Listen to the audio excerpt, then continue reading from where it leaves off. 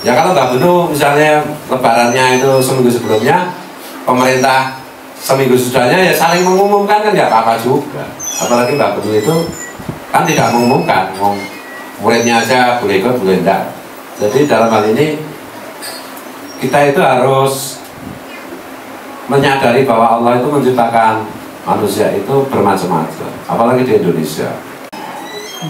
Assalamualaikum warahmatullahi wabarakatuh. Matur nuwun Kiai. Makasih Kiai bahasa Indonesia.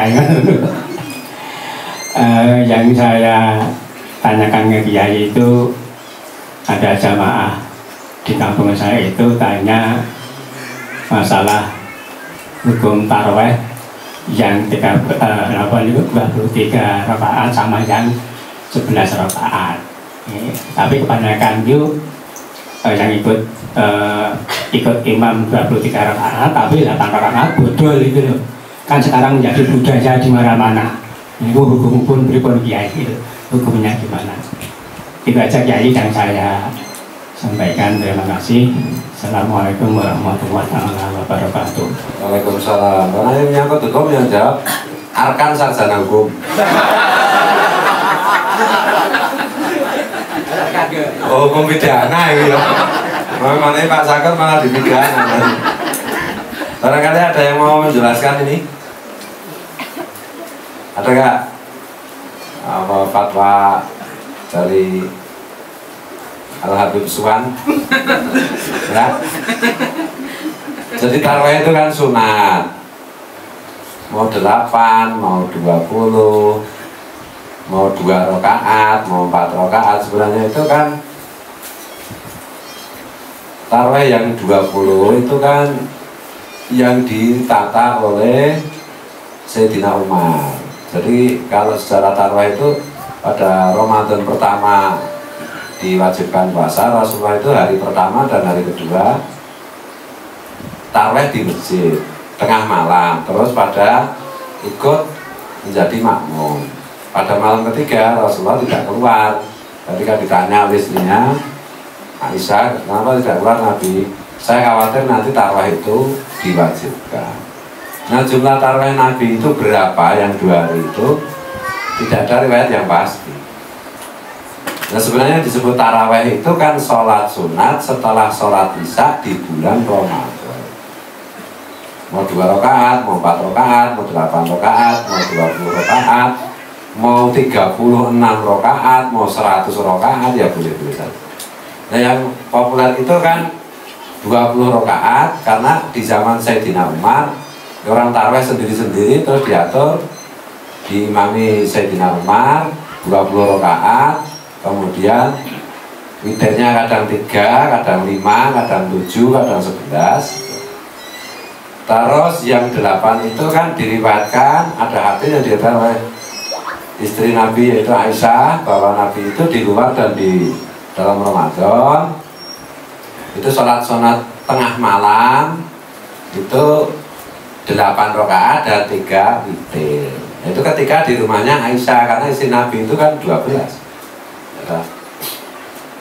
Nah, itu yang dijadikan dasar. Nah, kalau di kitab Sahih Bukhari yang diriwayatkan oleh Aisyah itu dimasukkan ke dalam bab sholat witir.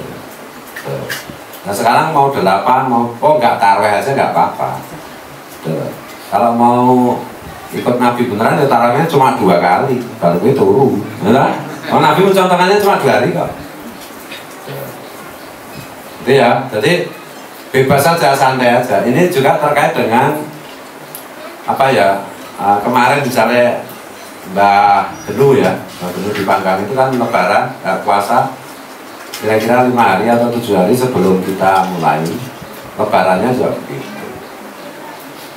Dan seperti itu ya terserah Mbak Benu bahwa kita itu mungkin ada yang biasanya kalau awal Ramadan maupun Syawal itu mengikuti organisasi Muhammadiyah, ada yang mengikuti NU berarti mengikuti pemerintah.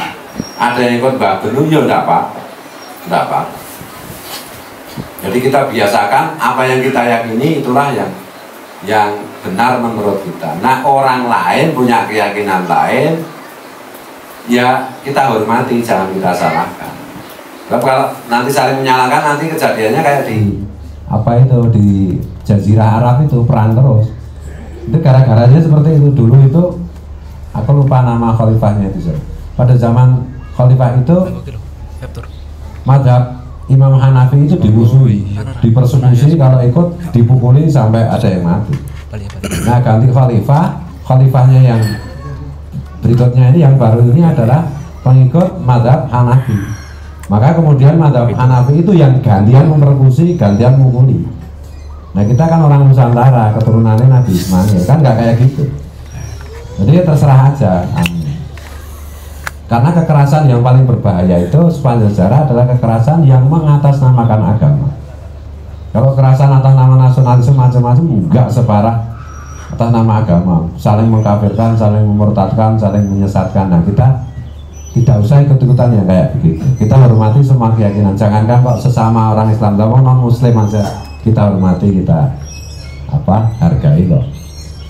Apalagi cuma tarweh mau 8, mau 20, mau nggak tarweh, ya biasa aja. Saya itu tahun ini nggak tarweh 3 kali karena 2 hari sakit, bahkan tidak puasa 2 hari saya.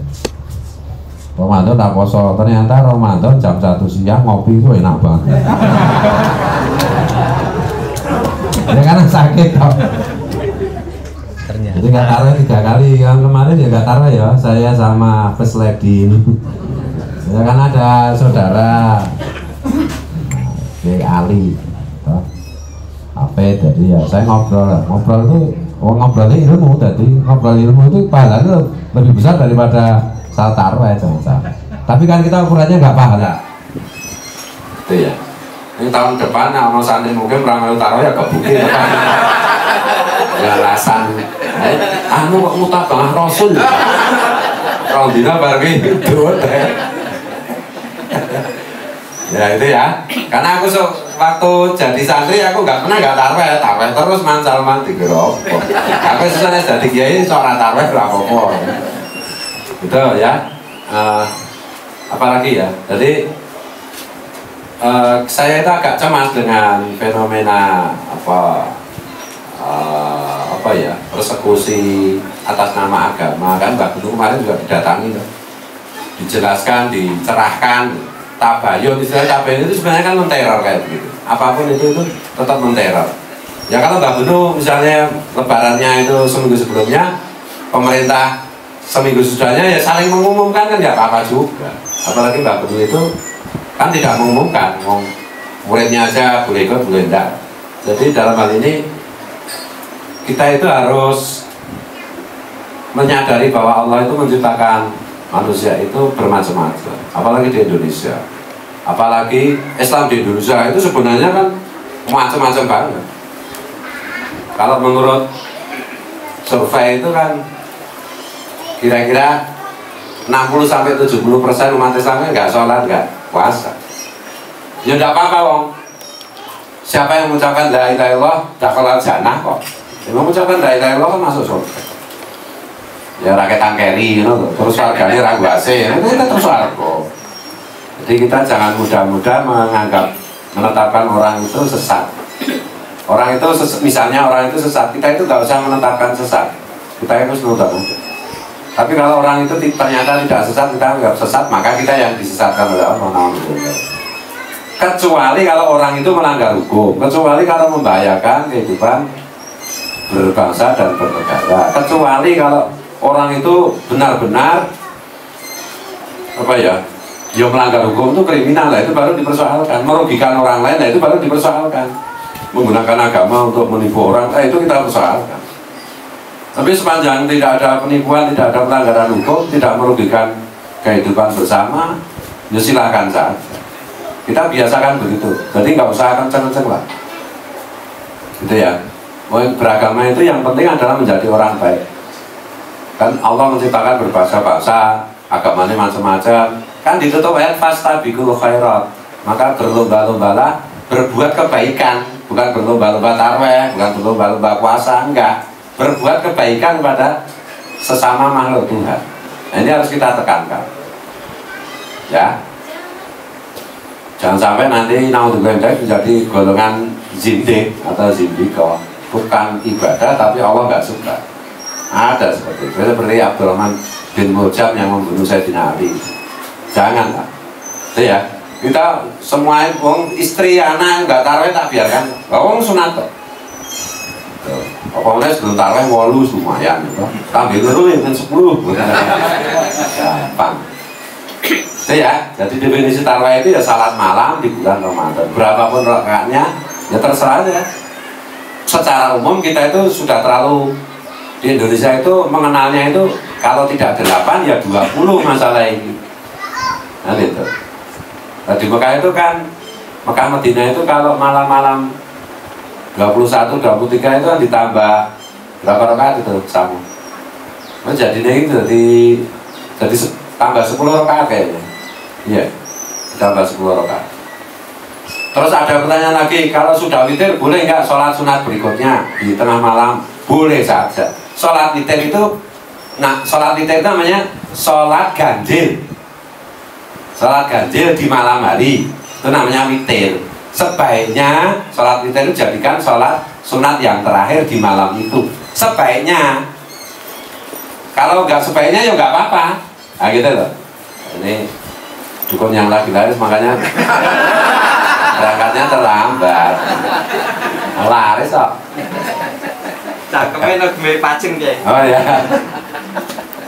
Jadi kalau soal hukum, soal tata cara ibadah itu kita harus santai, harus terserah suka-suka gitu. Kalau kita misalnya di sini yang mengikuti di sini, kalau misalnya mengikuti di masjid yang kebetulan afiliasi organisasinya Muhammadiyah, dia ikut Muhammadiyah, nah gitu loh. Bapak itu dulu kan tokoh Muhammadiyah, tapi kadang-kadang kan ngimami di tempat orang NU, ya, karena naib. Ya kalau ngimami tempat NU ya 23, 20. Nah, pas di musolanya atau masjidnya orang aja 8. Kalau di rumah biasanya kadang-kadang kan ada beberapa hari taruh sama anak istri. Maksud saya itu biasanya di voting. Mau 20 apa mau 8 kan. Biasanya saya milih 20 loh. Adikku loro ini milih 8 ya toh. Nah, tinggal nah ibu kan netral, absen. Nah, tinggal Mbak Yuku milih di. Nek milih 20 aku ya menang, anu iki draw ngono lho, kok pingsut baru ya ta. Nek Mbak Yuku 8 8 motor aku. Ya biasa kita itu demokratis kayak gitu. Tuh ya. Terus sing mlebu swarga sapa? Yo kabeh mlebu swarga ora usah kuwatir. Tuh. Wong kire mlebu swarga. Diri rasa berkafi ya ta. Nah termasuk kire itu kan kita di Indonesia kan madhabnya secara mayoritas secara turun-temurun itu madhab Imam Syafi'i. Anjing itu kalau menurut madhab Imam Syafi'i kan najis mughaladzah. Tapi kalau menurut madhab Imam Maliki enggak najis. Makanya Birto itu ngingu anjing pirang-pirang. Bahwa sekarang tidak ngingu itu karena reso makani, Pak. Ya, jadi tidak apa-apa gitu loh. Nggak apa-apa, nggak masalah. Nah, dasarnya Imam Syafi'i menetapkan anjing itu najis mughaladzah kan ada satu hadis ahad bahwa Nabi pernah menyampaikan kalau tempat makan dan minum kalian jilat anjing, maka basuhlah 7 kali yang sekali pakai debu. Karena waktu itu belum ada sabun. Jadi jangan bayangkan zaman Nabi itu ada sabun, ada Netflix, ada WA, ya belum ada apa-apa. Makanya diganti sabun ya boleh, yang penting kan bersih, disinfektan lah. Nah, kalau menurut Imam Maliki, ya hadisnya begitu ya begitu aja. Tidak berarti bahwa anjing itu najis. Buktinya apa? Hewan buruan yang digigit anjing, kan berarti kan kena ludahnya anjing, tidak disuruh mencuci untuk dimakan, berarti tidak najis. Nah kalau ditafsiri lebih jauh lagi, ditakwili Rasulullah itu mungkin menyampaikan hadis itu dalam situasi pandemi anjing gila. Gitu loh. Ya tafsir kita itu sebenarnya kan menganut tafsir ajaran Kanjeng Nabi. Tafsir dari tafsir. Podo-podo tafsir karena bener rasa do padudon. Gitu loh. Jangan merasa kita itu menganggap Islam seperti Rasulullah. Enggak, kita itu tafsir dari tafsir. Tuh. Sama dengan Kaliopa itu ini di 300 meter ada Kaliopa Gus Jeni Al-Habib Jeni. Kaliopa ini mata airnya itu di Gunung Merapi, ya tak? Mata air di Gunung Merapi Kaliopa itu begitu air keluar dari matanya itu kan jernih banget, langsung diminum kan sehat banget, ya tak? Nah kalau sampai di sini kan ya udah kecampuran macam-macam, ada si kuning yang mengambang, ada, ya tak? Nah orang ngambil air di sini terus mengatakan ini adalah air murni sungai Opak, persis seperti yang keluar dari mata air, yaitu kan omong kosong. Sepanjang dari Merapi sampai sini kan udah kecampuran macam-macam. Nah begitu juga Rasulullah itu ibarat mata air yang mengalir seiring dengan waktu. Kita sekarang ini kira-kira Kaliopa di situ. Betul loh, foto-foto kok ngeyel. Nah, jadi kita harus saling husnudzon, toleransi, selagi tidak merugikan orang lain, selagi tidak melanggar hukum yang disepakati. Tuh. Kalau sudah ada hukum misalnya di Indonesia, karena kita NKRI Pancasila, Bhinneka Tunggal Ika, maka hukum yang berlaku di Indonesia itu wajib hukumnya bagi orang Islam untuk mentaati. Karena orang Islam itu wajib mentaati perjanjian. Dan founding fathers, pendiri negara ini, para ulama dan santri ulama kan sudah membuat kesepakatan NKRI Pancasila dan seterusnya itu Undang-Undang Dasar 45 Bhinneka Tunggal Ika. Artinya itu mengikat kita sebagai orang Islam untuk mentaati, karena itu adalah perjanjian. Itulah hukum yang harus kita taati. Ya harus rodo muat. Mungkin dunia ini mau nambahkan sebagai ahli hukum. Ahli menghukum. Ya. Oke, mungkin ada pertanyaan yang lain atau boleh membantah, boleh mendiskusikan. Monggo silakan.